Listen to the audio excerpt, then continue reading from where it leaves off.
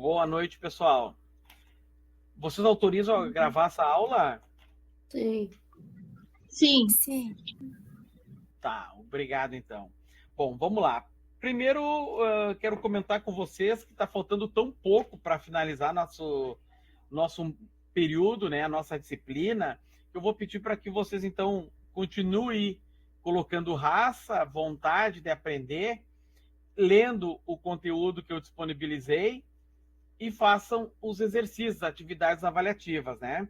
Então, para a nossa aula síncrona da noite de hoje, nós vamos estar conversando sobre a unidade 4, a unidade 5 e depois sobre as avaliações, né? Assim como a gente vai estar comentando a respeito dos prazos, tá? E tirar as dúvidas de vocês sobre o que for importante ou interessante para vocês. Bom, eu estou postando aqui para vocês, acho que vocês estão enxergando a nossa página. Estão visualizando? Está um tamanho bom de entender? Sim. Ó, se vocês observarem aqui, que nós dividimos a nossa disciplina em 5 tópicos, em 5 unidades. Ó, nós já vencemos a unidade 1, a unidade 2 e a unidade 3. Nós fizemos o primeiro exercício, a primeira atividade, que está aqui no rodapé. Já observei que teve uns que já fizeram, que nessa primeira avaliação é referente à unidade 1 e 2. Essa atividade 2, a avaliação final, ela vai contemplar a atividade 5, 4 e 3. Eu já vou editar, porque tem uma questão da unidade 3, então nós vamos contemplar todo o conteúdo, tá? Depois, no término da nossa aula, nós vamos estar falando sobre a avaliação, tá? Primeiro, dizer que nós já vencemos, então, quase todo o conteúdo. Nós já estamos aqui nessa unidade 5. Então, a gente vai estar falando sobre a unidade 4 e 5 e vamos explicar, então, o que é importante para que vocês façam uma reflexão sobre essa unidade que a gente disponibilizou para vocês. Vamos lá. Aqui, pessoal, acerca da unidade 5, eu coloquei um conteúdo chamado Acessibilidade Virtual e Tecnologia Assistiva, e esse conteúdo aqui a gente vai discutir na aula de hoje, tá? Dentro desse conteúdo tem muitos outros artigos, né, que vocês, ao clicar, vão abrir um link sobre leis e sobre o que contempla, então, esse tópico. Na unidade 4, que nós vamos estar discutindo,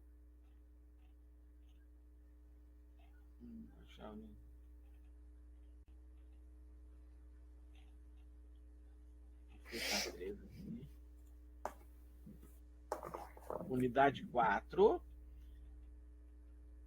ó, vocês observam que a gente vai discutir esse tema aqui chamado produção escolar colaborativa, e eu disponibilizei um material para vocês, né, para aqueles que despertarem interesse, algo focado para se especializar maior nessa unidade, então que façam essa leitura, tá?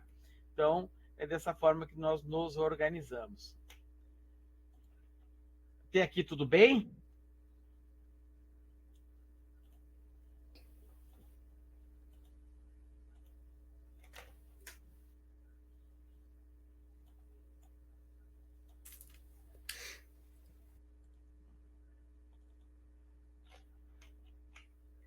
Aparece aí para vocês um tamanho bom de visualizar?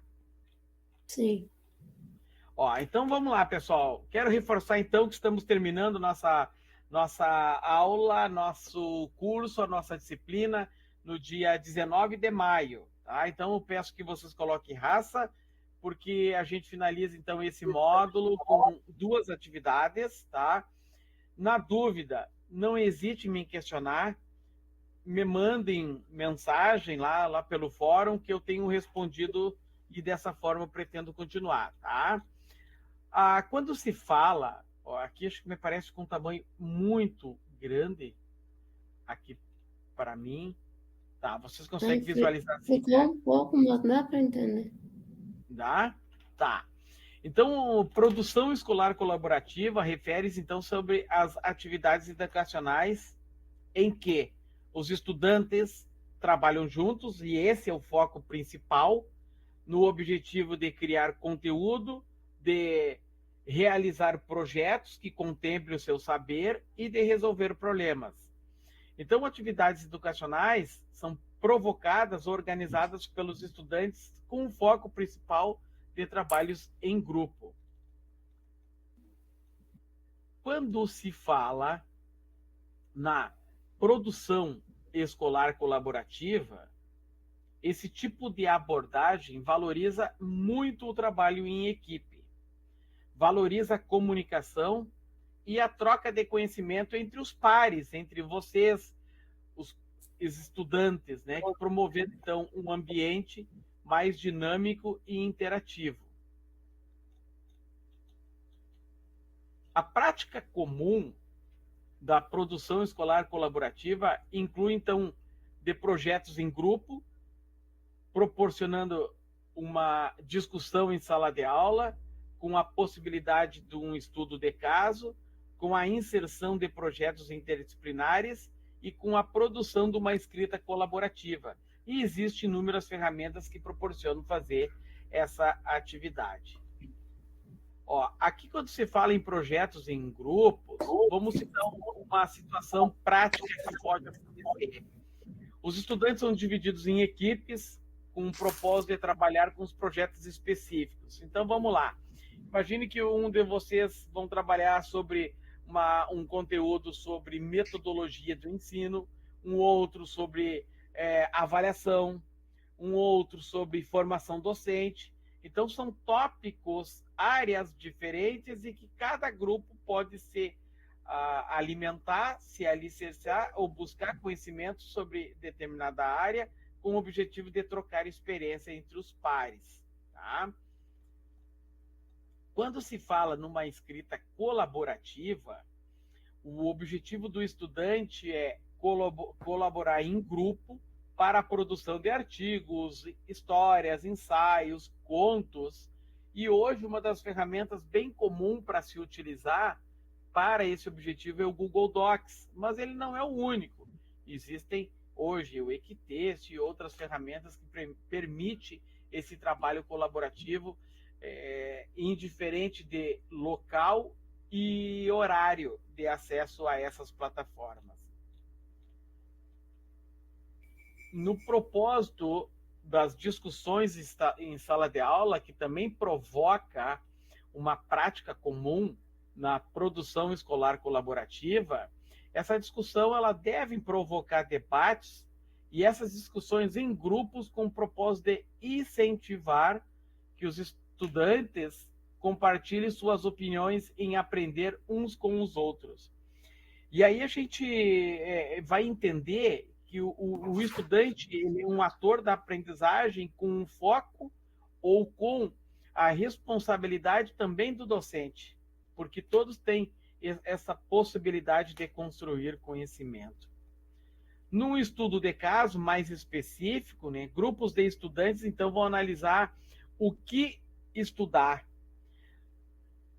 Um exemplo, nós vamos utilizar uma ferramenta chamada questionário, uma ferramenta chamada entrevista, para buscar informações envolvendo se os estudantes estão aprendendo ou não. Depois eu devo me cercar de teóricos, de pessoas com conhecimento acerca desse assunto, para confrontar, então, essas informações do que eu pesquisei, do tipo de estudo que eu estou executando, para que aqueles do que eu estou buscando através das leituras. Quando se fala em projetos interdisciplinar, nós estamos falando que os docentes são envolvidos em atividades de múltiplas disciplinas, de múltiplas áreas do conhecimento. E o interessante é que nós, que somos de uma área específica, mas que nós tenhamos um olhar em outras áreas para que a gente consiga, então, potencializar saberes.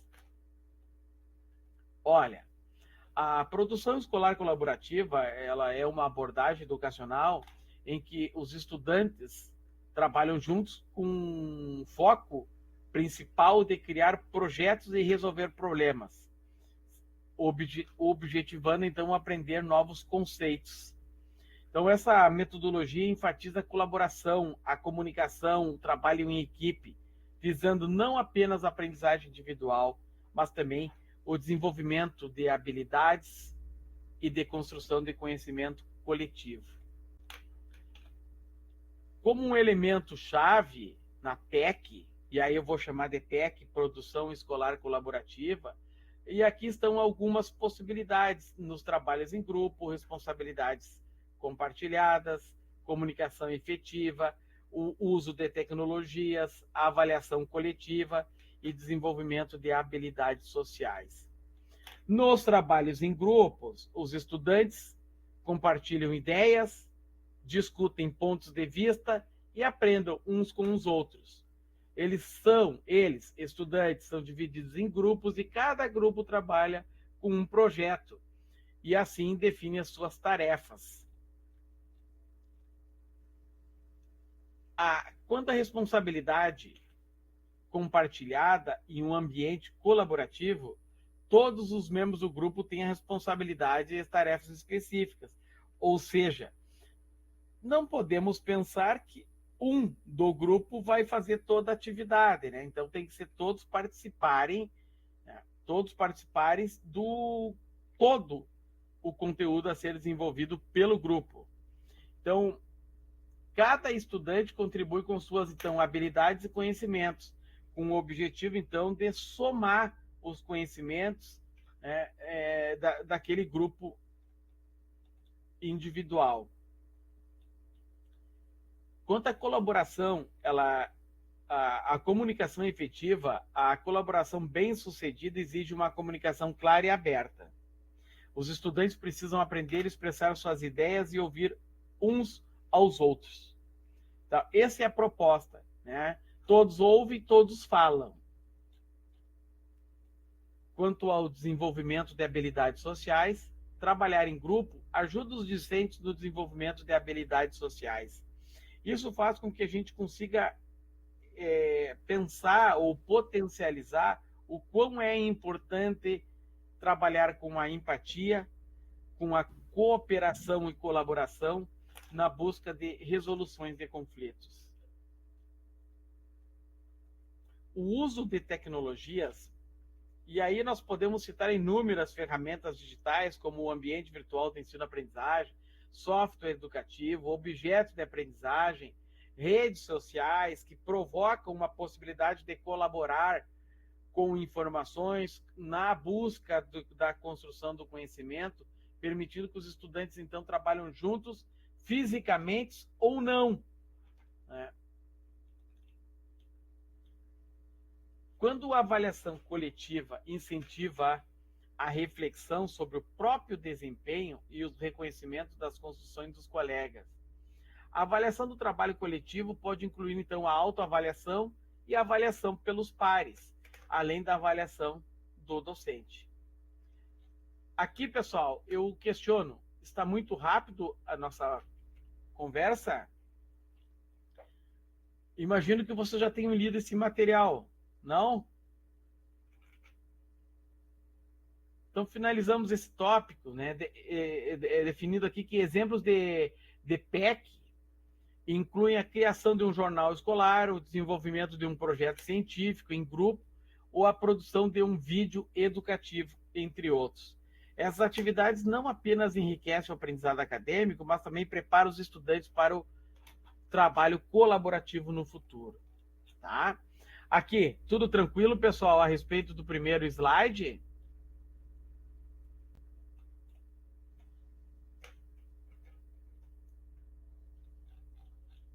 Estão escutando? Prof, Oi. quando terminar a disciplina, ela vai sair do ar, digamos assim, ou a gente pode voltar para...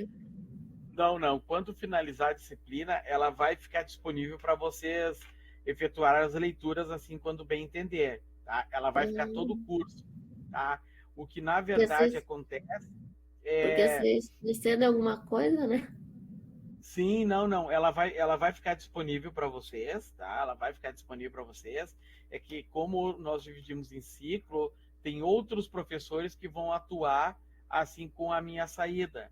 É por isso que a gente finaliza com as questões das atividades até o dia 19 e eu vou dar o Uhum. retorno para vocês, quem passou, quem não passou, até o dia 23, porque aí entra outros professores. Outros professores já vão estar ingressando, né? Que é o que a gente chama do segundo ciclo. Eu sou do primeiro ciclo, mas o conteúdo vai continuar lá disponível para vocês, né? Vocês vão continuar tendo acesso. Tá ok? Ah, tu tinha que continuar em todos os ciclos.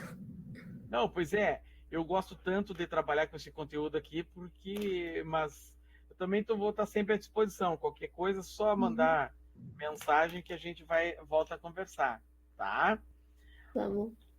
Aqui, pessoal, agora vamos entrar no quinto tópico, que é a questão da acessibilidade virtual.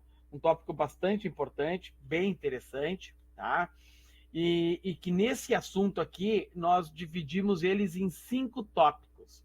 O que é acessibilidade virtual, legislação e normas técnicas, principais barreiras virtuais, boas práticas, acessibilidade de plataformas educacionais. Então, nós vamos fazer uma reflexão acerca desses tópicos aqui. Vocês vão observar também que eu trabalhei sempre nessa lógica, para que também o nosso conteúdo não fique tão cansativo. Vamos lá. O que é uma Assim fica acessibilidade? melhor até pra gente Para melhor aprender, assim, compreender. pra... A ideia é eu fujo um pouco do conteúdo, né? Fujo um pouco do texto, embora em alguns momentos Uhum. eu deixo para que vocês, então, tenham essa possibilidade também de recorrer. Na verdade, o que eu faço é uma síntese de artigos, né? E aí a gente vai trabalhando nesses mapas conceituais aqui. Vamos lá. Acessibilidade virtual refere-se à prática de tornar ambientes, recursos digitais e conteúdos utilizáveis por todas as pessoas. Vamos lá. Quando nós definimos que é por todas as pessoas, nós estamos também incluindo todos, a gente fala todos, inclusive os deficientes ou os que não têm deficiência, com limitações visuais, auditivas, motoras e cognitivas. Então, a acessibilidade virtual garante que qualquer pessoa consiga navegar, interagir, compreender, beneficiar-se plenamente de sites, plataformas de ensino, sistema, aplicativos e outros meios digitais sem barreiras. Eu sei que nós estamos assim ainda devendo. Acho que nós, educadores, precisaríamos ser ainda melhor quanto ao uso de tecnologias de acessibilidade virtual. Mas isso a gente tem observado com a questão das leituras, nós temos nos apropriando melhor. Para vocês terem uma ideia, tem algumas atendimentos educacionais especializados que eu tenho notado que tem crescido, e isso tem provocado uma mudança no comportamento do professor. E nós temos que estar atentos a essa prática, né? Porque quando entendemos com um estudante que tem autismo, nós precisamos entender como trabalhar, sabendo que tem crescido inúmeros casos dessa situação. Então, o professor eles têm que estar sempre se desafiando. Quando se fala em acessibilidade virtual, vocês observam que eu coloco em vermelho, sempre nessa lógica, o tópico principal, e aí que nós somos em 5 nesse contexto, e dentro do primeiro tópico, nós vamos chamar de 1.1, aspectos principais da acessibilidade virtual. E aí está dentro do tópico 1, e aí eu vou colocar de azul, sempre nessa lógica. Nesse caso, que aspectos que nós temos que estar atentos? A questão da navegação, permitir o uso por teclado, leitor de tela ou comando de voz. Nós temos que ter a percepção quanto ao uso de contrastes adequados, ou seja, eu tenho uma dificuldade de visão. Vocês observem que eu estou usando óculos. Então, se eu colocar um tamanho de fonte muito pequeno, eu vou ter uma dificuldade de visualizar, ou de repente as cores berrantes eu não vou conseguir identificar um texto. Então, essa compreensão, entendendo de uma linguagem clara, conteúdo organizado, com uma estrutura lógica. Preciso ter uma interação com elementos, então, clicáveis, né? Ou seja, acessíveis e fáceis de usar com a tecnologia acessíveis. Esse, ou com tecnologias assistivas. Então, esse é o nosso objetivo. Eu vou chamar aqui, vejam bem, sempre seguindo aquela lógica de 1.2, exemplos práticos. Vamos lá. O site. O que funciona com leitor de tela para pessoas cegas? Então, eu vou abrir um site, a pessoa que não enxerga, ela vai conseguir, utilizando um leitor de tela para conseguir identificar o que consta naquele site, os vídeos com legenda ou libras para surdos, os ambientes virtuais de ensino-aprendizagem com teclas de atalho e descrição de alternativas das imagens, né? Então, isso são alguns exemplos que devem acontecer na prática. Aqui, no que eu chamei de 1.3, comparativo da acessibilidade física versus acessibilidade virtual. O que significa? O que define? Eu acho que eu trago esse slide para nós fazermos uma reflexão sobre a definição. Na acessibilidade física, eu tenho que adaptações em espaços físicos para garantir a mobilidade e acesso. Vocês imaginam se eu tenho um espaço físico que eu não dou condições de um cadeirante de trafegar. É a mesma forma quando eu levo para acessibilidade virtual, eu pensar em adaptações em ambientes digitais para que garantir o uso e a compreensão. Se eu não trabalhar com ambiente virtual de ensino-aprendizagem que proporciona ou não estar adaptado à acessibilidade virtual, também fica tão difícil quanto eu não ter um espaço físico que garanta a mobilidade e acesso. O que eu posso citar por exemplos mais práticos? Na acessibilidade física, eu ter rampas, corrimões ou corrimãos, elevadores e banheiros adaptados. Assim como eu tenho que pensar na questão da acessibilidade virtual, eu ter leitor de tela, legenda em vídeos, contraste em cores e a possibilidade de navegar por teclado, que é um exemplo de hardware. Quanto aos usuários beneficiados, eu pensar que se eu tenho um curso com pessoas com mobilidade reduzida, deficiência visual, auditiva, física, proporcionar um trabalho que contemple, então, essas características. Assim como na sensibilidade virtual, que é nosso curso que é totalmente à distância, pensar nessa possibilidade de atender os estudantes cegas, surdas, com deficiências cognitivas e motora, e assim sucessivamente. Existem normas legais, e aí eu coloco essas leis lá, aqui como material de apoio, que vocês podem linkar e se servir melhor, para que, então, vocês, como objetivo principal, garantam o acesso acesso ao PED, ao transporte, às instituições educacionais, e que, fazendo uma comparação da acessibilidade virtual, que dê garantia que esse estudante vai acessar os sites, as plataformas, os objetos de aprendizagem, os ambientes virtuais de ensino-aprendizagem, as tecnologias de internet das coisas e assim sucessivamente.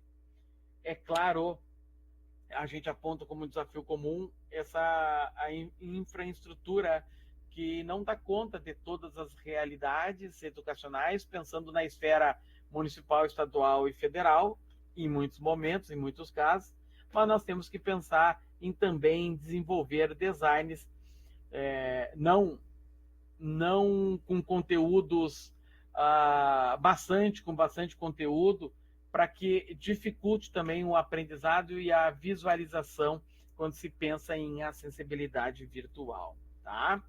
Bom, com a questão da legislação e normas e técnicas, nesse tópico 2 aqui, nós chamamos de 2.1, a legislação e normas técnicas, num formato resumido.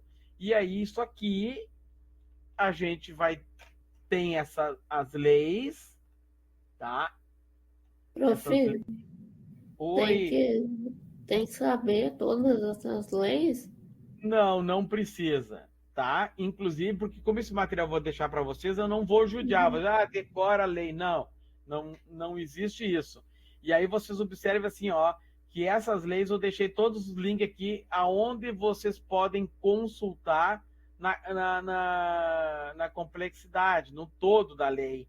Então, a Lei Brasileira da Inclusão de Pessoas com Deficiência, o Decreto 5.296 de 2004, as normas, tá? Então, estão todas aqui. Quer dizer, todas não. Há algumas que a gente identificou que são os mais importantes, tá? Então, isso aqui é o que a gente chama de material de apoio complementar, tá? Não tem interesse em se especializar nesse assunto, se sirvam aqui. É o que nós definimos, então, material de apoio complementar, tá? Indo lá para o tópico 3, principais barreiras virtuais. Como exemplo, visuais, auditivos, cognitivas, motoras e linguagens de navegação. É claro que tem muitas. Eu vou dizer para vocês que há 2 décadas atrás, quando eu conheci o primeiro dos Vox, quando eu tive a oportunidade de trabalhar com 2 estudantes cegos, para mim foi um desafio. E eu estou falando em 2 décadas, 20 anos atrás. Eu tive 2 estudantes, inclusive foram técnicos, depois fizeram curso superior, e um deles fez mestrado, tá? Cego. Mas aí nós tínhamos o DOSVox, que nos ajudava bastante. Eu também não vou dizer que foi fácil, mas que de certo ponto fez com que a gente se desacomodasse, buscasse compreender, aprender também as dificuldades, né, do estudante e também criasse ferramentas para que a gente conseguisse superar as dificuldades. Então, barreiras que dificultam o acesso de pessoas com cegueira ou baixa visão. Imagem... Oi? Eu sou cadeirante, né? Daí Vitória? eu sou. E quando eu estudava, eu tinha dificuldade, daí eu fazia as provas separado. Era um monte, né? De regras. Pois é. Bom, então tu vai somar bastante com o que a gente está trazendo aqui. Tu tem experiência de causa, o quanto que nós falhamos como instituição, e eu não falo só como professor, mas também como os gestores, né, pensando nesse tópico que é muito importante. Por isso que eu disse lá no início, nós estarmos melhores preparados em muitos momentos, e aí eu faço uma crítica num todo, e não vou nomear, mas existe as instituições, elas recebem visitas para fazer avaliações. E tem em alguns momentos que quando essa equipe do MEC vão fazer as avaliações nas universidades ou nos institutos federais, 1 semana, 2, 3 semanas antes dessa visita, eles correm para deixar tudo perfeito, inclusive com essa questão da acessibilidade. Vou dar um exemplo, às vezes não tem uma rampa, uma cadeira não passa lá naquele momento, o banheiro não está adequado, não tem a largura adequada e o caminho para o cego, para percorrer. E aí, quando chega 1, 2, 3 semanas antes da visita, se organiza tudo isso aí de uma hora para outra, porque tem uma questão da avaliação dessa questão da acessibilidade, né? Mas eu estou numa escola de artes Uhum. que antes era um lugar caindo aos pedaços. E era tipo que não daria para ninguém tá lá, porque era teto caindo, tudo. E só se mudaram para um lugar melhor por conta que a gente gravou um vídeo mostrando a falta dessa acessibilidade, eu tendo que subir a escada, a gente me carregando. Pois é, Vitória, que bom que tu tá falando da tua experiência, isso aí vai somar bastante para nós, mas é isso aí.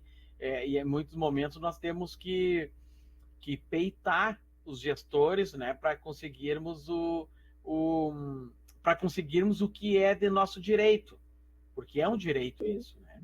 Então, Mas então eu trago algumas situações assim, a questão dos visuais, né? Que é um exemplo assim que eu coloco um X aqui como negativo, que quando as imagens estão sem descrições alternativas, os textos eles não oscilam, deixa tudo numa sequência. Isso vai dificultar a leitura, né? Do que tem baixa visão. Sites com baixo contraste entre texto e fundo, às vezes eles deixam assim, texto e fundo, o cinza 20% e o cinza 25%, quase que não se torna nítido a diferença entre texto e fundo. Soluções são os leitores de tela, e aí eu cito aqui um deles como o NVDA, né, de alto contraste e fontes aplicáveis. A questão auditivas, né, que afetam também usuários surdos ou com perda auditiva. Exemplo, vídeo sem legendas, né, esse seria uma falha, ou em libras. Alarmes sonoros sem apoio visual. Então, a solução seria legendas automáticas, né? Hoje mesmo, por exemplo, se eu soubesse se tivesse alguém aqui, mas nós não temos estudante auditiva, eu ia jogar lá no YouTube, ia fazer toda uma compilação e eu ia colocar legenda. Isso aí a lei exige. Isso aí não é que eu tenha que fazer, é o mínimo que eu tenho que fazer, mas não é o caso porque não há uma necessidade, né? Mas deveria fazer isso, caso fosse necessário. As dificuldades do uso do teclado, né, do mouse e o gestor, né, gestos, né, porque quem tem dificuldades motoras, então sites que exigem cliques precisos, ou ele não consegue tocar no mouse, né? Eu não sei como é que Vitória, tu toca bem no mouse? Tu usa o mouse? Sim, eu é só coluna, assim, as pernas, o resto eu mexo bem, tudo. Perfeito. Então, exemplos de campos de formulário, né, pequenos ou sem foco automático, né? Então, como uma solução, a navegação por teclado, botões grandes. A questão cognitiva, né, exemplo de textos complexos, mal formatados ou layouts confusos, né? Isso aí dificulta bastante. Então, uma solução disso seria linguagem simples, uso de ícones, estrutura visual e clara, tá? Quanto à questão de linguagem e navegação, exemplo, site sem menu. Então, às vezes, a gente, além de não ter um mapa do site, né, que facilita a compreensão ou conseguir identificar a hierarquia da onde o item ou subitem, título e subtítulo, ainda se coloca tudo da mesma hierarquia. Isso dificulta bastante a identificação. Então, o menu tem que ser claro, né, os links descritivos, com uma navegação, então, bem intuitiva. Bom, quanto ao tópico 4, boas práticas e ferramentas da acessibilidade. Então, nós vamos definir o que vem a ser boas práticas e que tipos de ferramentas úteis. Na mesma lógica, vou chamar de 4.1 boas práticas. Usar textos alternativos de imagens. Oi, Vitória? Me veio uma coisa aqui na cabeça agora. O que podiam fazer também, para quem é cego, é botar tipo uma versão da aula em áudio. Sim. Eu fiz um vídeo lá na aula anterior, eu tenho um vídeo que era com áudio, que eu chamei do podcast. Aí a gente vai narrando isso aqui, né? Como isso aqui eu estou gravando e vou postar para vocês, então para quem fosse surdo, ele teria opção, quem fosse cego teria opção de escutar também, né? Sim. E tem muita gente que não faz isso. Pois é, mas é o mínimo, né? Tem que se fazer, né? Bom, então para boas práticas nós temos que garantir um bom contraste entre fundo e texto, não deixar muito próximo, né? Exemplo aquele que eu dei, vamos pegar o cinza 30% e 25%. Nos parece que é complexo, é muito difícil de identificar então esses contrastes. Utilizar fontes legíveis e permitir então navegação por teclado. Aliás, teclado, nesse caso, é uma parte física, um hardware. Falo isso porque tem uma questão de prova. Vamos lá, algumas ferramentas úteis. Aqui algumas, eu cito outras tantas em outro momento. Podem ser leitores de tela, Exemplos, o NVDA, o VoiceOver, narradores do próprio Windows. Podem ser ferramentas de contrastes e cores, e aí eu cito aqui alguns exemplos, o Core Contrast Analysis, o Accessibility Colors, o Dark Reader. Pode ser testes de navegação em teclado, exemplos, o Wave, o Axidex Tools, o Keyboard da Navigation, Shaker. Pode ser ajuste de acessibilidade para usuários, exemplos das acessibilidades do Windows, o próprio sistema operacional Windows tem essa possibilidade, assim como também extensões de navegadores. Então, 4.2. Como 4.3, ainda falando sobre boas práticas e ferramentas de acessibilidade, eu cito aqui os que usam em computadores desktop, como sistema operacional Windows, aqui como uso na Apple, que uso no Windows, narrador do Windows, aqui o Jumps, que é do Windows, aqui o Toolbook, que é da Android. Então eu cito alguns exemplos e as características, tá? Aqui, dando continuidade ainda nas ferramentas, nas acessibilidades, tá? E observem que esse material aqui, eu defini ele como material obrigatório de leitura. Quem ainda não fez a leitura, vai ser necessário, então, refazer. Tendo dúvida, me questione lá no fórum que eu respondo, tiro as dúvidas de vocês, tá? Sobre esse conteúdo, vai cair na prova? Sim, vai cair na prova.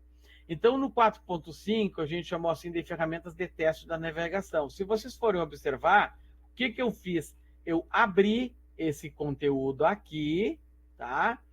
E conceituei o que é ou qual é uma característica deles, tá? E eles estão todos aqui, tá? Aqui eu falo sobre alguns ajustes de acessibilidade para nós finalizar esse tópico. E aqui eu coloco para que serve. Lá no Windows tem a lupa, tá? No iOS ou da Apple. Então nós temos aqui o leitor de tela integrado, nós temos os navegadores de extensões instalados, então a possibilidade de nós instalar nos navegadores, então nós temos para Android essas ferramentas. Então isso é importante que vocês façam uma leitura. Nosso último tópico é o tópico 5, acessibilidade em plataformas educacionais e sites. Então vejam bem, pessoal. Garantir que todos os usuários, inclusive com deficiência, possam acessar, navegar e interagir com conteúdos educacionais e páginas na web. Leitores de tela. Aqui eu coloco alguns exemplos. Navegação por teclado. Todas as funções acessíveis sem mouse. Textos alternativos. Imagens com descrição alta, baixa, com diferentes tipos de fonte. Contraste e legibilidade, né? Com cores com bom contraste, bastante acessível. Recurso multissensoriais. Eu gostei. Oi? Eu vi que o professor de história aqui do curso, ele botou a foto dele, né, e a descrição. Achei bem legal. Tá. Eu já não botei a minha alta descrição, né? Isso também é bem interessante, porque se faz também hoje um vídeo assim, com autodescrição. Mas como vocês não tem nenhum aluno cego, daí a gente não me senti obrigado a fazer, senão em outros momentos eu faço. Quando eu vou dar uma palestra, e como eu não sei quem que vai me ouvir naquele momento ou em outros momentos, é de prática nós no primeiro momento se apresentar e fazer sua autodescrição. Eu uso também esse recurso. Bom, aí também nos layouts, é claro, né, intuitivo e de acordo então com a compatibilidade das normas, tá? Para finalizar, eu faço uma reflexão que na era digital, excluir alguém por barreiras virtuais é tão grave quanto construir uma escada onde deveria haver uma rampa, tá? Então, isso é uma reflexão que eu faço. Tá? Nossa, gostei dessa reflexão. Eu acho porque às vezes em muitos momentos assim, a gente que desenvolve uma página na web, nós não damos, não temos os cuidados mínimos da acessibilidade. Isso me toca me preocupa, tá? Até porque eu trago alguns dados que, apesar de não estar muito atualizados, que é bem preocupante. Então, nós precisamos nos preparar e utilizar ferramentas, tecnologias para facilitar o nosso trabalho, tá? Nesse tópico aqui, pessoal, o nosso último tópico que a gente vai abordar, eu busco na Declaração de Salamanca, que define que a educação é para todos e que as pessoas com deficiência ou sem deficiência têm direito de fazer parte da escola e da sociedade. A inclusão social e educacional de pessoas com necessidades especiais através da inclusão digital. A escolha do hardware... Oi? É que não usa mais o termo necessidades especiais. Isso. Eu usei aqui? Usou. Desculpa.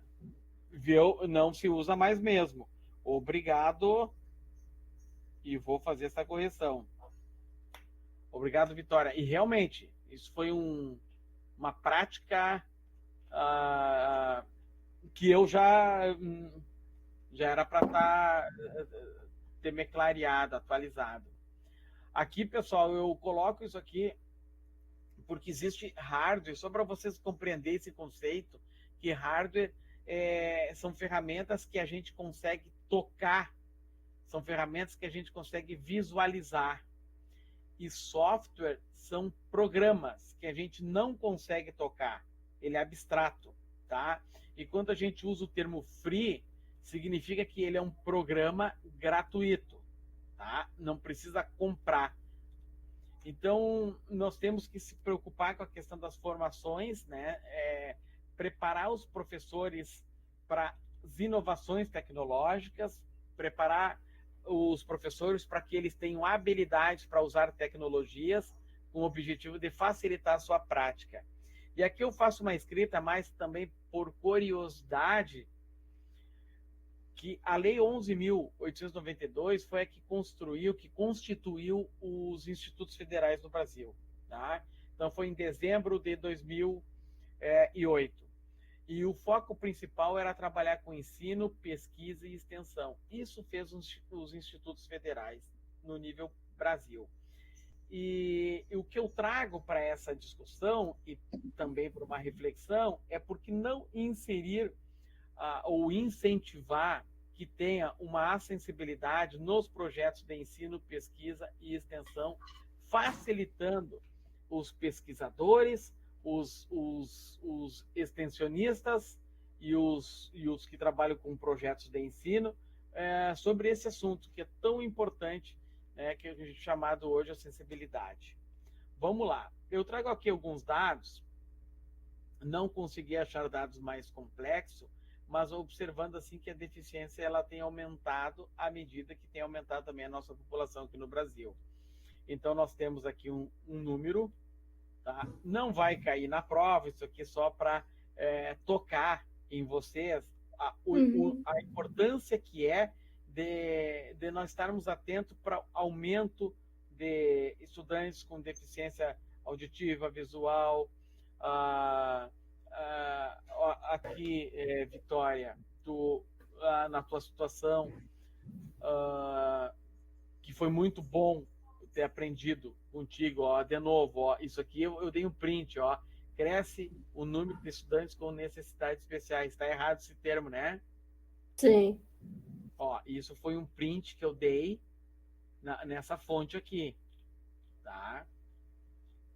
E aqui eu não sou PCD radical, mas tem uns que, meu Deus do céu, você vê isso daí já faz um rolê. Não, mas é bem isso aí. Mas é um direito de vocês, é um direito nosso. Qual seria o termo ideal hoje? Qual seria hoje o termo?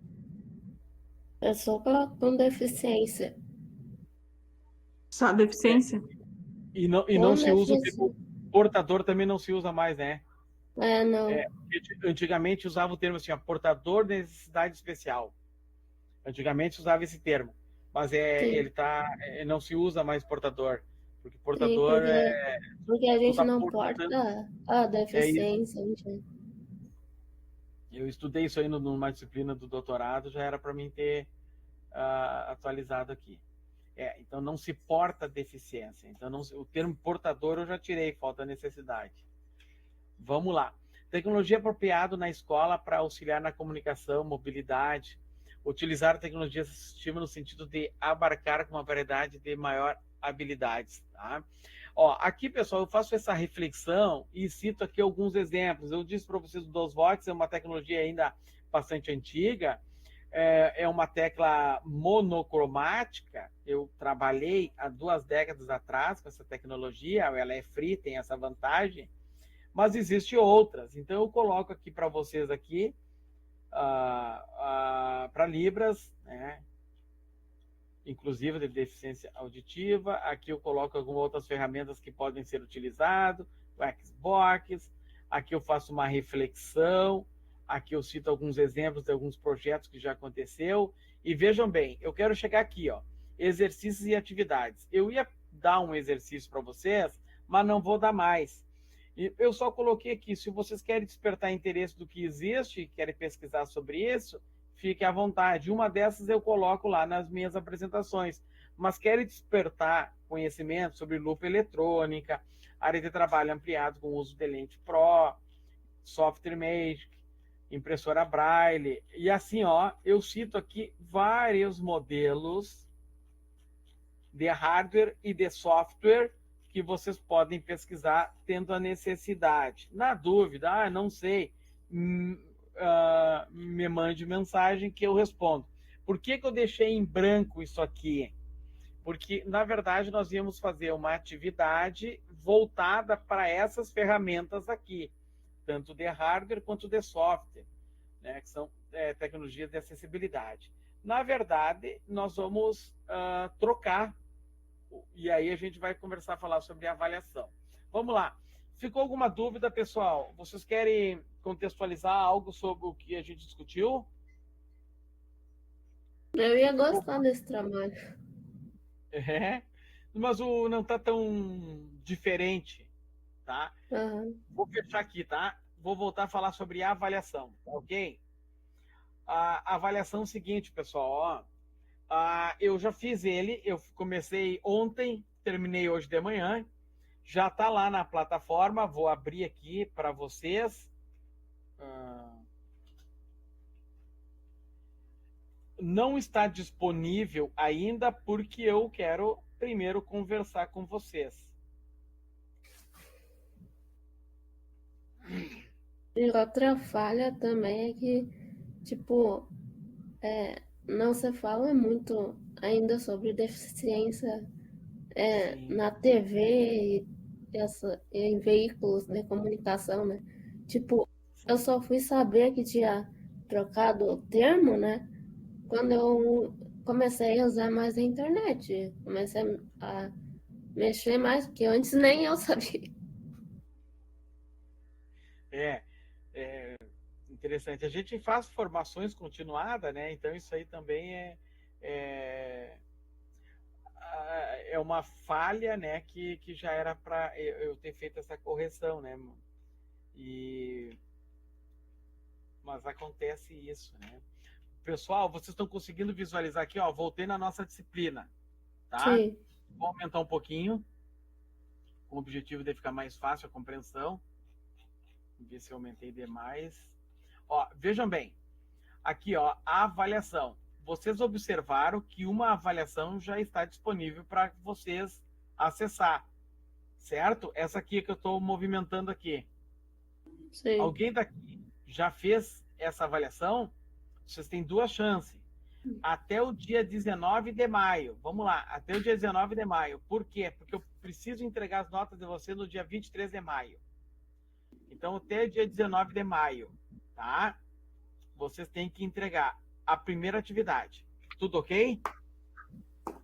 Alguém daqui já fez essa atividade? Eu ainda não. Não, tá, sem problemas, vocês têm tempo. Agora o seguinte, a segunda atividade e a atividade final, eu também já tenho ela aqui pronto.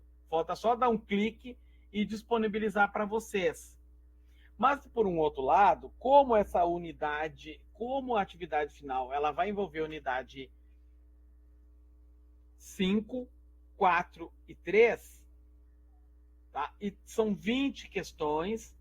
Vocês vão ter duas possibilidades, duas chances de fazer, e será avaliado a melhor nota.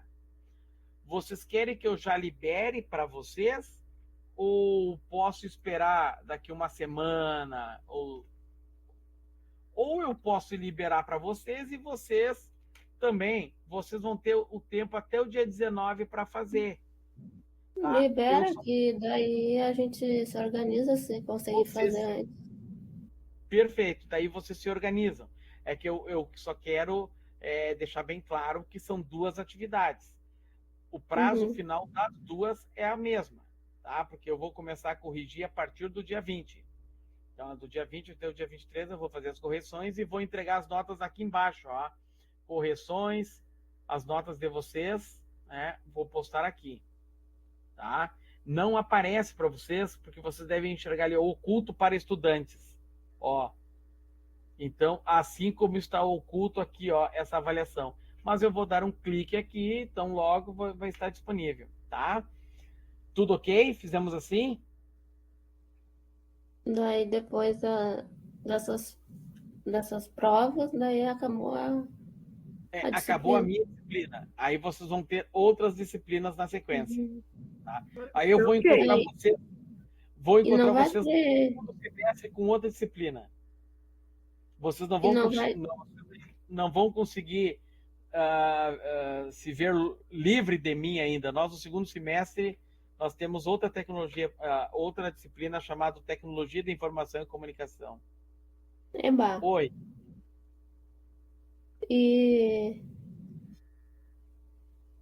Esqueci a pergunta. Desculpa, eu cortei alguém aí. Eu não sei se era quem que ia fazer a pergunta. Tá, mas eu posso parar a gravação? Pode. Bom, como nós estamos falando sobre avaliação, vamos deixar um pouco mais aqui, porque de repente os colegas que não estão online têm a possibilidade de entender o que a gente está propondo. Vamos lá. É muito importante, pessoal, que vocês então sejam pontuais na entrega desses trabalhos. Vocês vão ter 2 trabalhos, 2 atividades até o dia 19 de maio, às 23 horas e 59 minutos, para postar os 2 trabalhos. Cada trabalho, cada avaliação... Era isso que eu ia perguntar. Não vai ter tempo corrido para a gente fazer, tipo... Não, o tempo não. Eu deixei aberto. Tá? Eu poderia ter deixado 2 horas para vocês lá numa outra curso que eu trabalho. Eu defini assim 2 horas para eles fazer. Aqui não. Aqui, como vocês são curso superior, vocês vão ter 2 chances. Quando eu trabalho no subsequente, são 3 chances.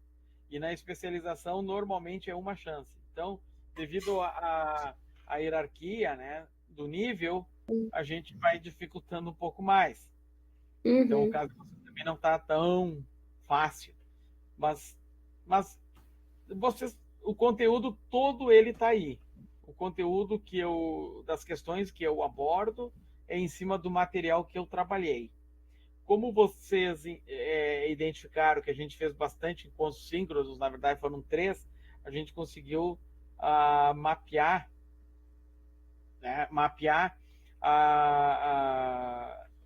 todo o conteúdo. Claro que se nós tivéssemos mais tempo, nós poderíamos assim questionar, investigar se você tem um conhecimento sobre determinado assunto, né? Mas eu acredito que vocês vão conseguir fazer as atividades com bastante facilidade. Essa é a minha expectativa e torço para isso. Sim, e não tem nada de escrever? Não. Não, Vitória, tudo de múltipla escolha. Daí já facilita um pouco. Sim, vai facilitar, tá? Vocês são um reflexo da prática do meu trabalho. Eu vou criar um formulário lá pedindo para que vocês me reavaliem ou me avaliem como professor, porque eu Vou ser professor de vocês no semestre que vem, se Deus quiser, e eu quero ser melhor sempre, quero melhorar. Como eu disse para vocês, estou no processo sempre de formação e há essa necessidade de entender o que faltou para tentar melhorar na minha próxima prática profissional. Tá? Então eu vou criar um link aqui também para vocês fazerem assim, ó, uma avaliação do professor opcional, mas recomendada. Certo? Tá bom. Ó, a avaliação do professor, quer dizer, vocês vão me avaliar opcional, mas recomendado. Tá? Tá ok, Pois pessoal? é, quando eu li isso aí, eu fiquei, o que é isso? Ah, sim, é. Porque isso aqui não está disponível para vocês ainda, mas vou fazer Sim. isso. Tá ok? Tá bom. Tá, então eu agradeço a participação de todos vocês. Na dúvida, não hesite em me questionar. Mande mensagem lá pelo fórum. Eu vou começar a mandar mensagem para vocês só pela plataforma, não mais por e-mail. Tá? Mas lá pela plataforma eu estou abastecendo vocês de conteúdo. Assim que eu liberar a atividade, assim que eu liberar o vídeo, eu informarei vocês. Tá ok, pessoal? Tá bom. Tá, então, muito obrigado pela participação. Tenha uma boa noite. Boa noite.